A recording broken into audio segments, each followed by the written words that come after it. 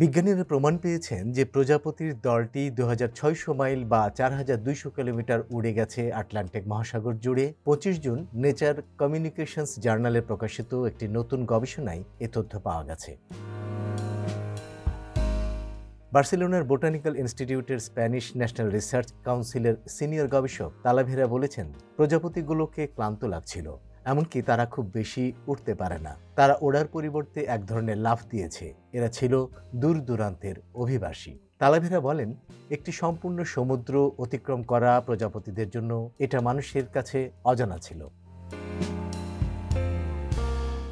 2016 সালের অক্টোবরের একটি সমীক্ষা বলছে যে প্রজাপতি সাব সাহারান আফ্রিকায় ভূমধ্যসাগর এবং সাহারা মরুভূমির মতো বাধার সম্মুখীন হয়ে উড়ে উড়ে অনেক দূরত্বে চলে যায়। তবে প্রজাপতিরা বেশিরভাগই জমির ওপরে থাকে, যেখানে তারা থেমে যেতে পারে এবং বিশ্রামের পর ফুল খেতে পারে এবং অনবরত চলতে থাকার শক্তি সঞ্চয় করতে পারে।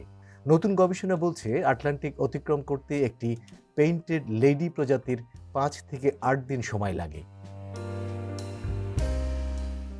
শক্তির সীমাবদ্ধতার বিশ্লেষণের উপর ভিত্তি করে গবেষকরা উপসংহারে পৌঁছেছেন যে প্রজাপতিরা থামা ছাড়াই একটানা সর্বাধিক 485 মাইল বা 780 কিলোমিটার বা তার বেশি উড়তে পারে। তবে অনুকূল বাতাসের পরিস্থিতি তাদের দীর্ঘ যাত্রা সম্পন্ন করতে সাহায্য করে।